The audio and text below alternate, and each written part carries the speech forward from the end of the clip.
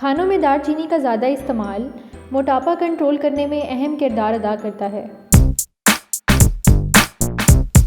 امریکی ماہرین صحت نے کہا ہے کہ روزمرہ کھانوں میں دار چینی کا زیادہ استعمال ڈائبٹیز کے مرض کو کم کرنے کے ساتھ ساتھ جسم میں موجود اضافی چربی ختم کر کے موٹاپا کنٹرول کرنے میں اہم کردار ادا کرتا ہے۔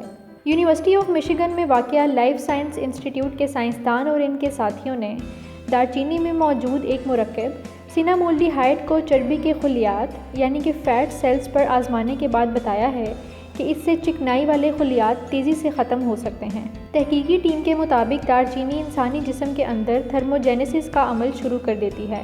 دار چینی کئی طرح کے جین اور انزائمز کو سرگرم کرتی ہے جو فربہ بنانے والی چربی کو کم کر دیتے ہیں۔ دار چینی گھریلو مسالہ کسی بھی دوا سے کم نہیں ہے اور جلد ہی اسے موٹاپے کے خلاف بطور دوا استعمال کیا جا سکتا ہے۔